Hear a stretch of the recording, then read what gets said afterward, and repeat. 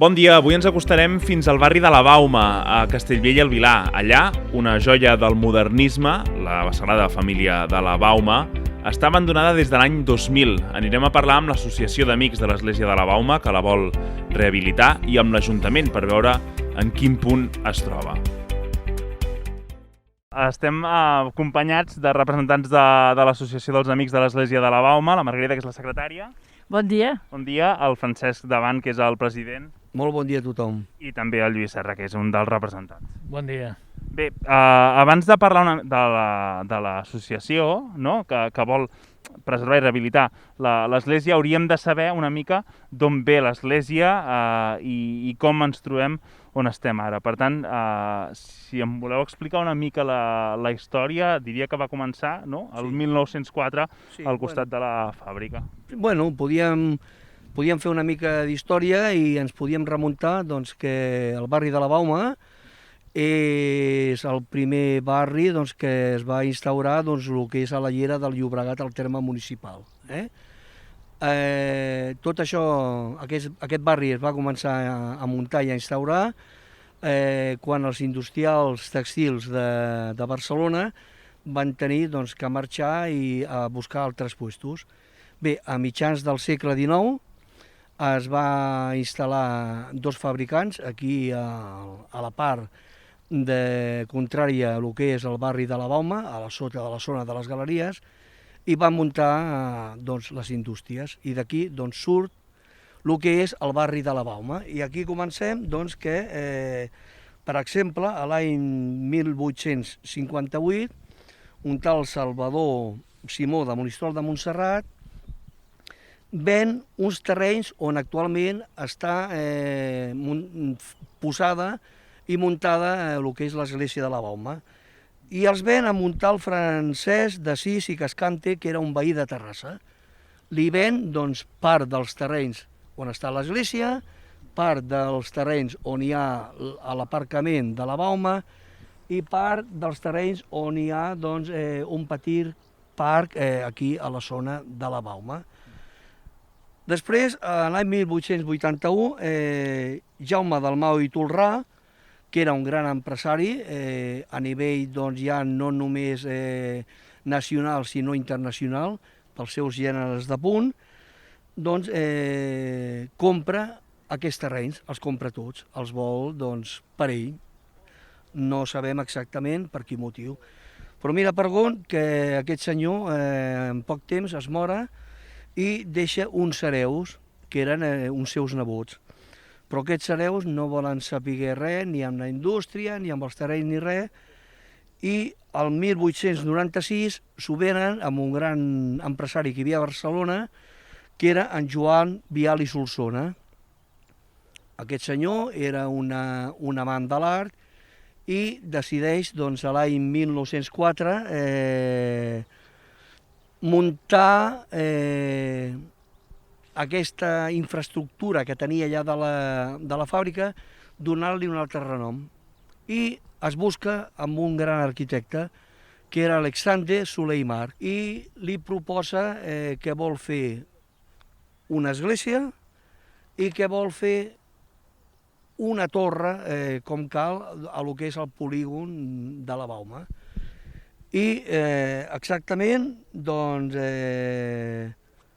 arriben amb un acord i Joan Vial i Solsona fa una donació, el 1904 fa una donació d'uns terrenys a la parròquia de Santa Maria del Vilar perquè la parròquia faci una església. I a partir d'aquí entenc que Alexandre Soler i March, no?, la dissenya i arrenca la construcció. I ara, els que ens estiguin mirant segurament es preguntaran, ostres, hi ha molts papers, però és que els papers, la quantitat de papers que porteu es deu a que són escriptures, còpies d'escriptures de la pròpia església de l'època. Vull dir que la informació és així. Sí, exacte. Llavors, a partir de llavors, em sembla que les obres duren 4 anys i finalment s'inaugura el 1908. Sí, exactament. La construcció de la Torre de l'Amo i de l'església de la Bauma es porten doncs, amb el mateix temps, 1904, No, perdó, 1905 que es comencen, perquè a finals del 1904 Alexandre Soler i March fa el disseny del projecte i, clar, doncs, tenen que buscar un constructor, que va ser un constructor doncs, de Manresa que ho va fer. En aquesta època, doncs, l'església de Santa Maria del Vilar posa 25.000 euros per la construcció de l'època. De l'època, que eren molts diners, Sí, sí.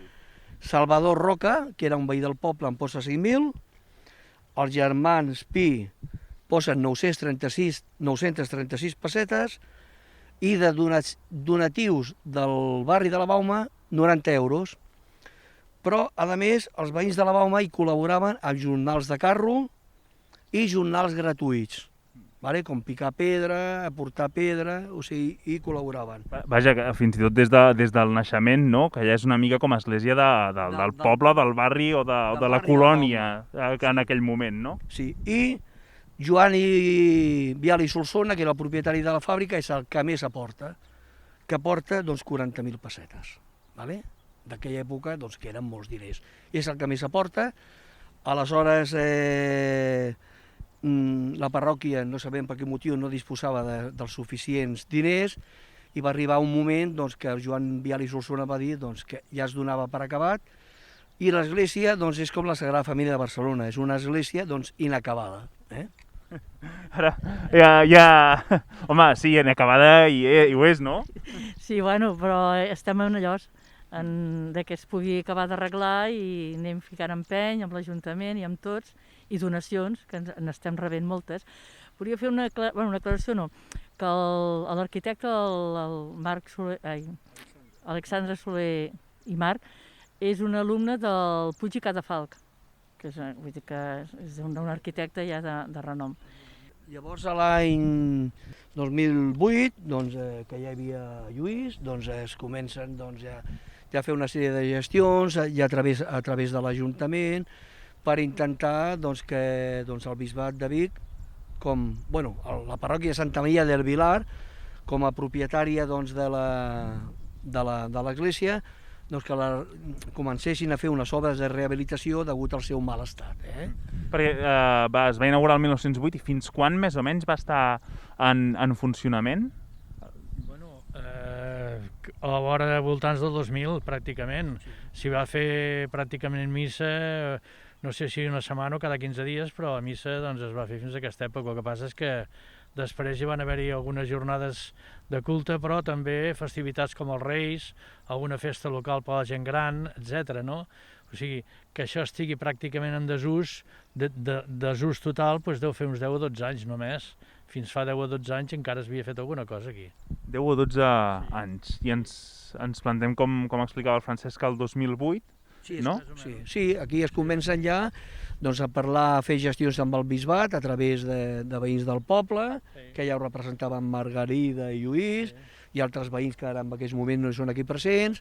Ja estava en un estat ruïnós i va ser quan van arribar amb un acord i l'Ajuntament ha rebut,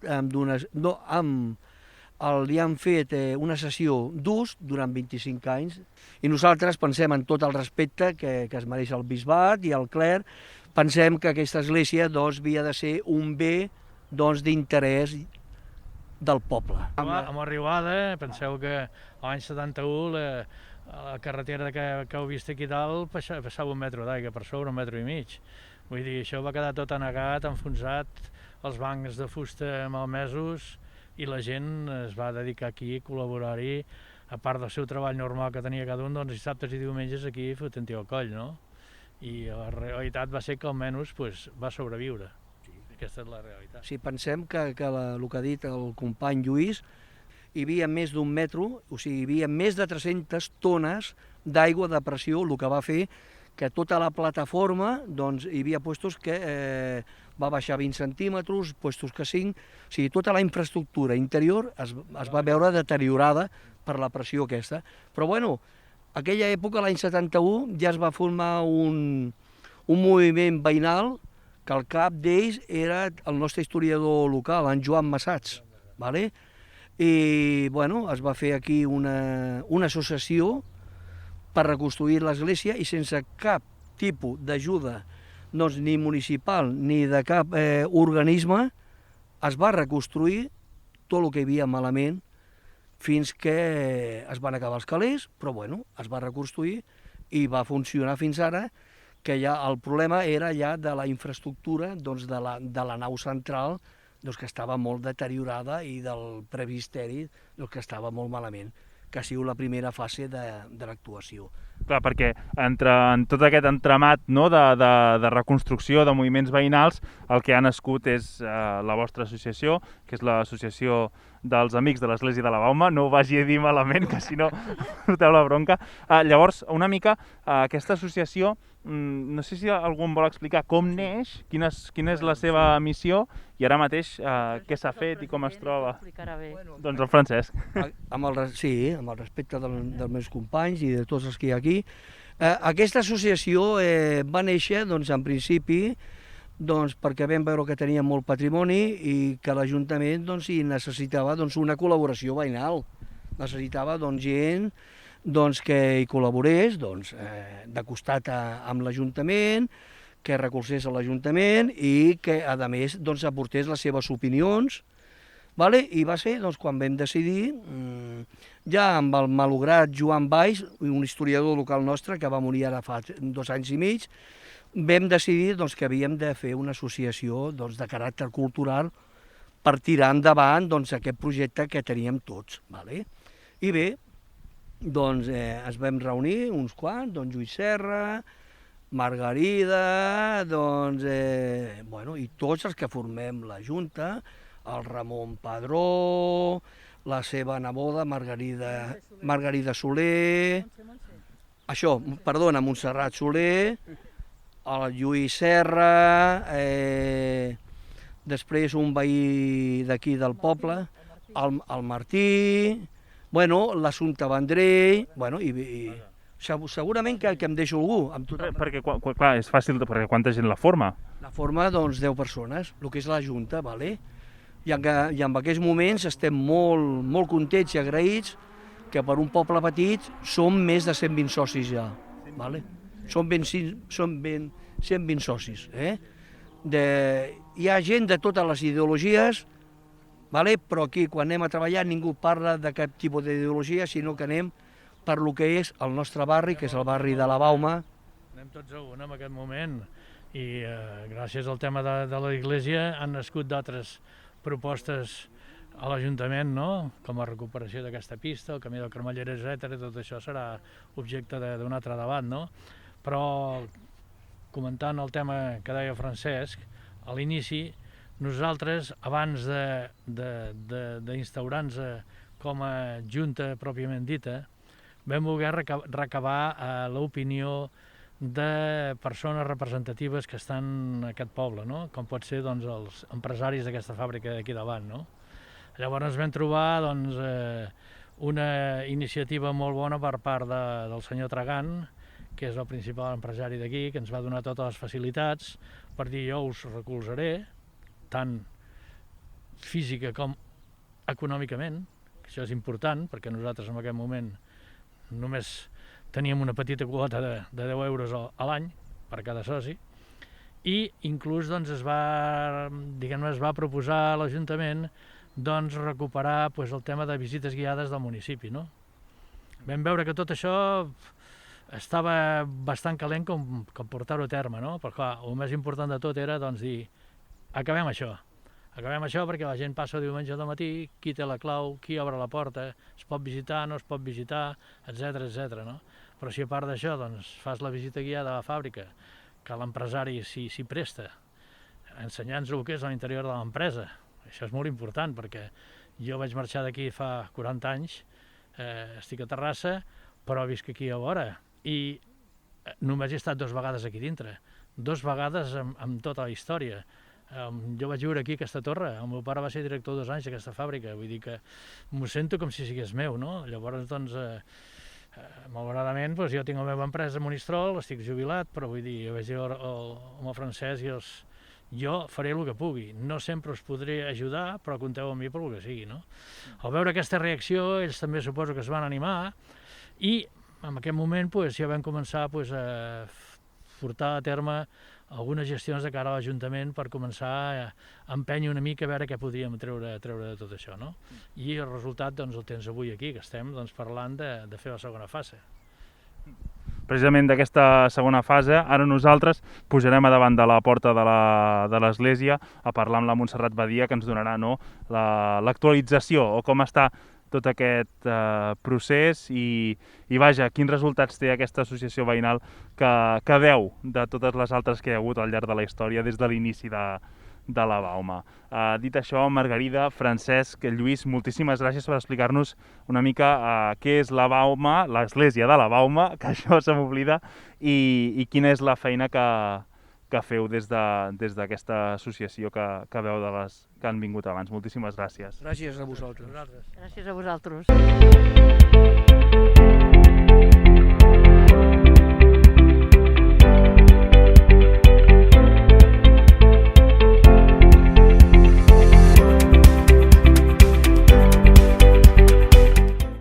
Una de les batalles que s'està lluitant per millorar la Bauma i tot plegat és des de l'Ajuntament, que des de fa un temps ha començat a remodelar-la, però un dels esculls, no, és el tema de la propietat. No sé si ens podries explicar una mica la propietat ara mateix, com està, quines passes es poden fer per remodelar la Bauma i aquest patrimoni que té Castellvell. Bueno, la Bauma, com a nucli important del municipi, Castellvell i el Vilar, és un municipi molt dispers, amb 3 nuclis principals, que són Borés, Borràs, Bauma, fruit doncs, de la implantació de la indústria tèxtil a finals del segle XIX, i llavors doncs, la Bauma té aquest patrimoni encaminar cap al que era l'Art Nouveau, després aquí la vendi modernisme, i que eren els mateixos industrials que volien donar-li una importància arquitectònica doncs, al barri on tenien implantada la indústria. No?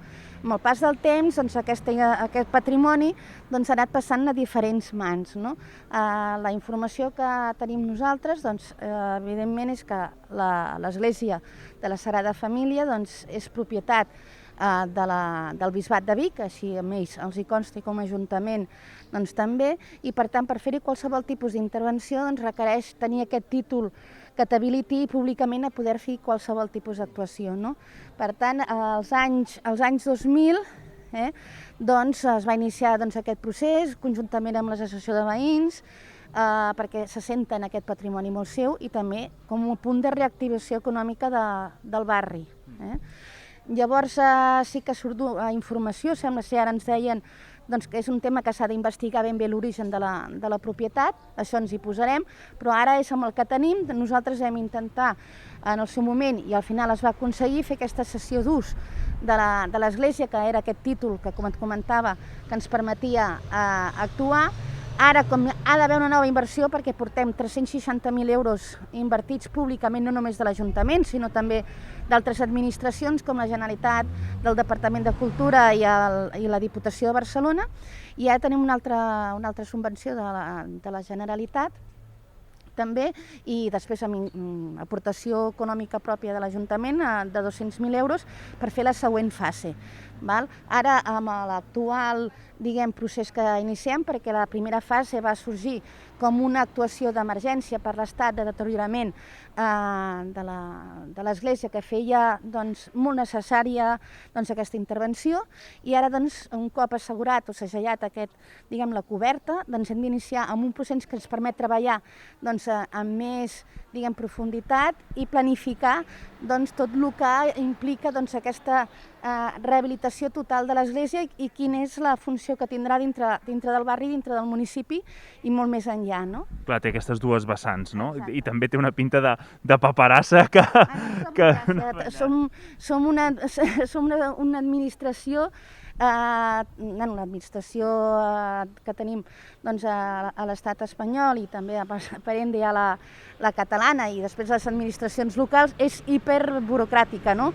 Llavors hem de seguir totes les tramitacions i clar que ens agradaria a tothom, no? Tant als veïns com als ajuntaments, ens agradaria tenir mecanismes molt més àgils per poder intervenir molt més ràpidament. No? Els dos esculls són això, la burocràcia i el finançament. En aquest moment la fase que podrem fer és això, tenim 85.000 euros de subvenció del Departament de Cultura de la Generalitat i 208.000 euros que hi posarà l'Ajuntament a crèdit. i això no treu que continuem.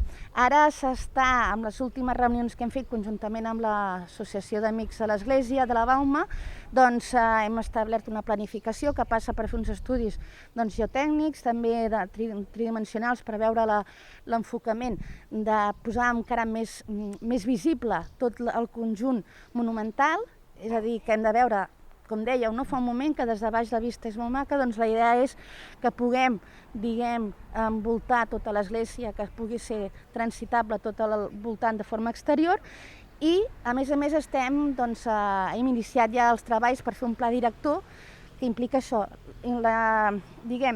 la conjunció de tot el procés i tots els projectes arquitectònics i després el projecte més de desenvolupament d'usos que tenim la base en el Pla Estratègic de Turisme del municipi. No? Clar, té aquestes dues vessants, vull dir que reestructurar l'església i rehabilitar-la no només és l'edifici, vull dir, és també dotar-lo d'una importància. Llavors, parlàvem de dues fases, en la primera què s'hi va fer, i què és el que falta amb la segona. Entenc que, a part d'aquesta, no sé si museïtzació és la paraula o s'aproximaria, però vaja, què es va fer a la primera fase i a la segona?